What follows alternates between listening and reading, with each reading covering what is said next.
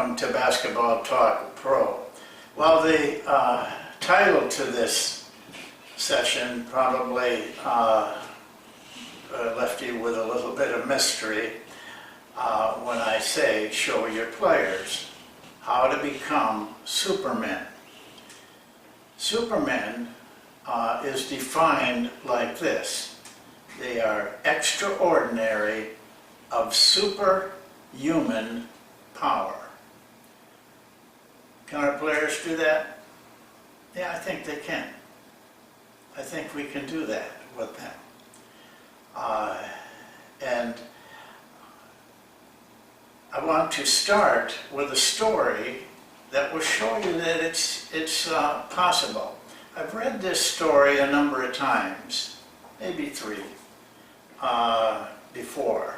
But you got to remember, we've been going almost 5 years. It'll be 5 years in a month from this date, today.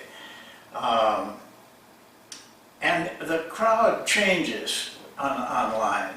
They're never the same.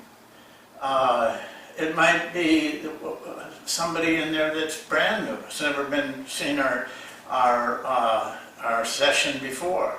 Or coaches just pick and choose a lot.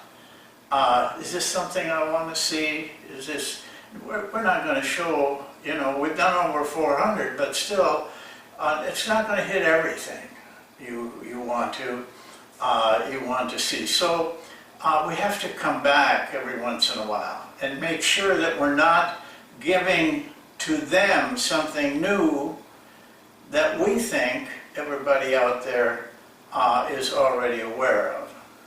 Well, this story is about a German professor who went to to Japan, and in order to learn Zen, he did it through the use of an art.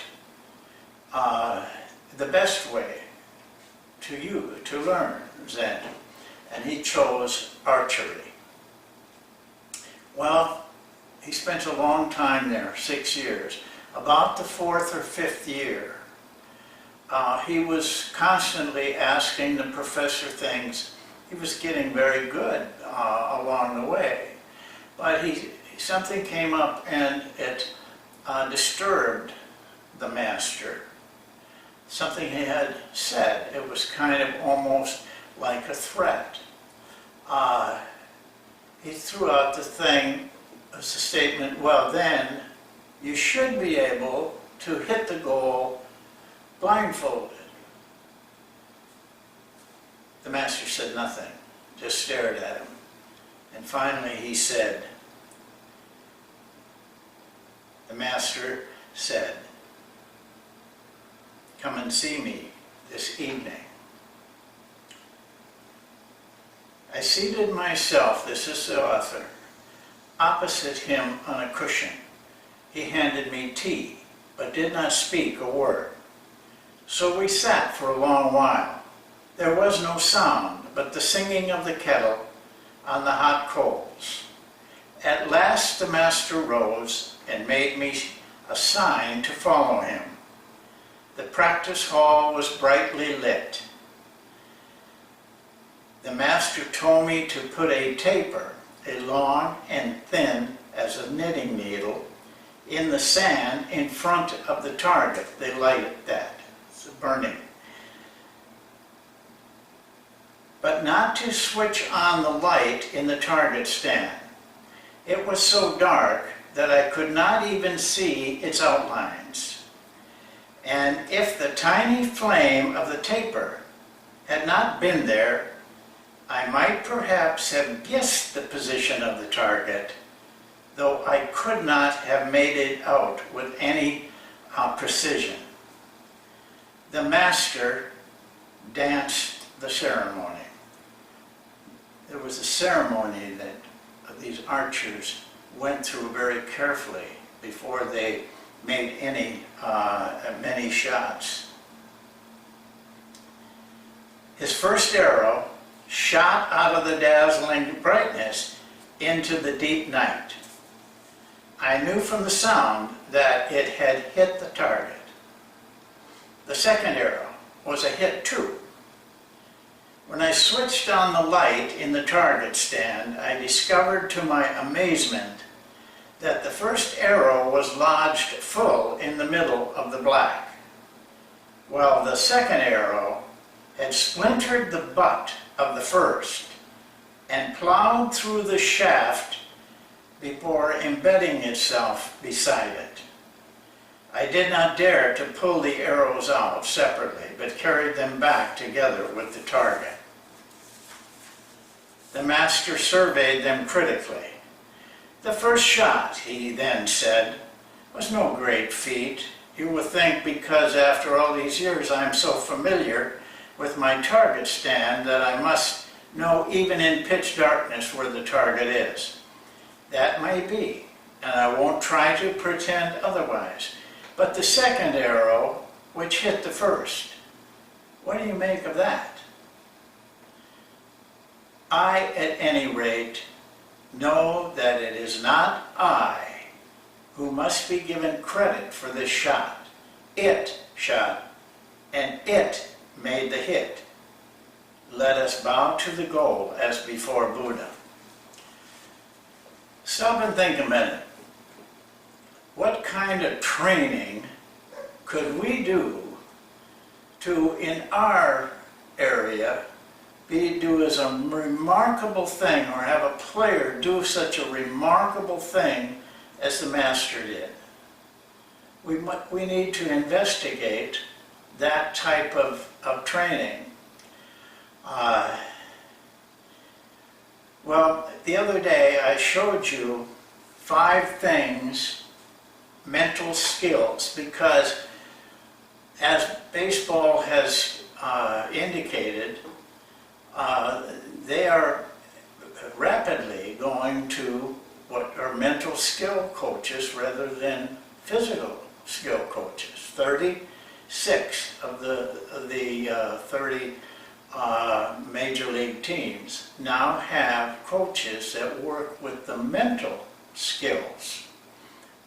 So I designated the other day 5 that I thought were skills that we as coaches or somebody of that nature could train players to do. And I listed them. They fall very much in line with the training that they did in this book. This book, by the way, is called The Zen in the Art of Archery. It's written by Eugen Herrigel. It's a classic. You can get the paperback of this book for a reasonable price. But to go to the first editions of this book, they run from $700 to $1,000. But I was interested in the training. How do you do this? I mean, we can't just stand back and say this is some kind of a pie in the sky thing. No, they train.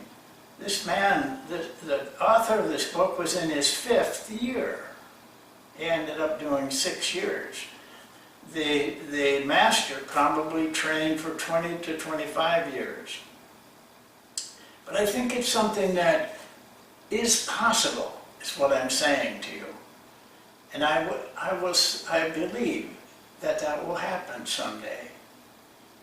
When we begin to search through the mind, then we begin to make training more proficient and more powerful than what we're doing right now, training the body.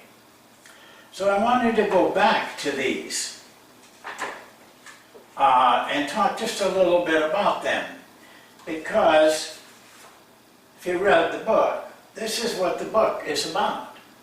Now, when I wrote these, I didn't think of the book. I just wrote something that I thought. But after thinking it through, I realized this is what the master was teaching. Very close to this. So I wanted to go back to him a little bit. and talk about them. The first one I have here, by the way, first does not mean necessarily first, because when I looked at these the first time when I did them, I thought, well, this is probably the most important. But as I look at them now, they're all equally important. You cannot separate 2 out of 4, for example, say, you know, what'll that do? Or 3 out of 4. It has to be 4 out of 4. And I want to go through there fairly rapidly. Doubt. I call it your greatest enemy. It's an enemy because it's insidious. You don't know you have it. If you do know you have it, you deny it. Admit it. But most of the time we go through, we don't know we have it, but the brain knows. And it interjects that doubt into what you're trying to do. And doubt is the type of distraction that will keep you from success. Second one, relaxed concentration or focus. You cannot overcome doubt, you just can't do it without relaxed but intense concentration. It is the only thing, the attention that you put on at the moment to know that there is doubt or how to overcome it. You need concentration to help you with doubt, and it needs to be relaxed. It's intense, but it also needs to be relaxed. At least every part of your body, and the master makes a huge thing of this all through the book. You only are tense at the place you need to be. The rest of your body should be relaxed, but still totally concentrated on what is happening. Now I want to do something with you. How do we get that concentration? Well, here's what I want to show you. I want you to follow along with me. I want to show you a breath and designate to you how we're going to use that breath. The first part of the breath is to draw the air into your lungs rather rapidly, but that doesn't mean like a gasp. It just means without even the body motion that I had. So you can try that. But the second part is get the air into your lung rather rapidly but quietly, and then pause. Stop. And turn your attention to the muscles in your stomach area, abdomen area, and tighten those muscles. Then, once it's tightened, using that as support, slowly, very slowly, let the air go out very quietly and very evenly until you're out of air. Then pause again for just a short time, a few seconds, and then take the air in like we showed you in the first time. Now I would like you to do that right now, and I'm going to repeat it so you haven't heard this before, so you remember it. Air in, pause, tighten your muscles, stomach muscles. Let your air, don't blow it out, let your air out very slow until it's all gone, then pause again. Okay? Now you try it.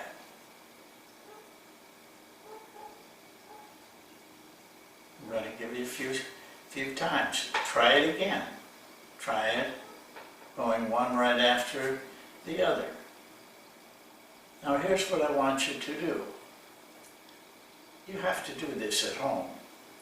But don't be afraid if you're sitting in a restaurant or something right now. Don't be afraid. You can do it. Nobody will notice you, and it'll test of your concentration.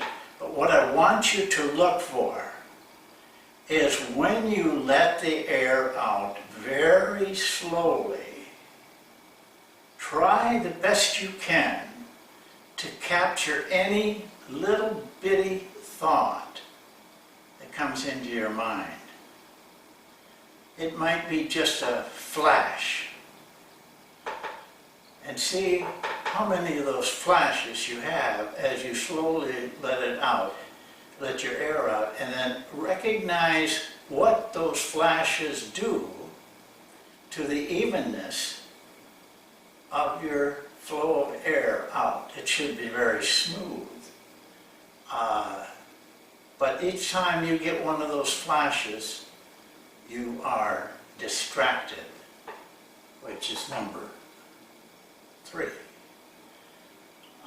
And that's the distraction that you don't even notice. You don't think about it.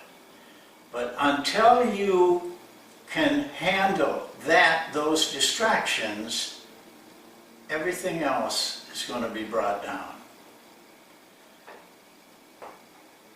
The last one is letting go to instincts. And you will not ever be able to let yourself go to allow your instincts to take over, because they will be more accurate, they will be faster, and they will be better.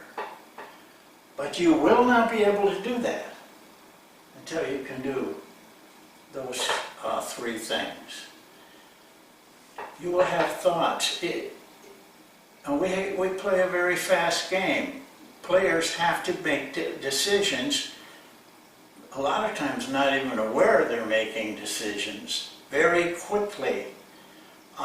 They have to be able to turn off their conscious mind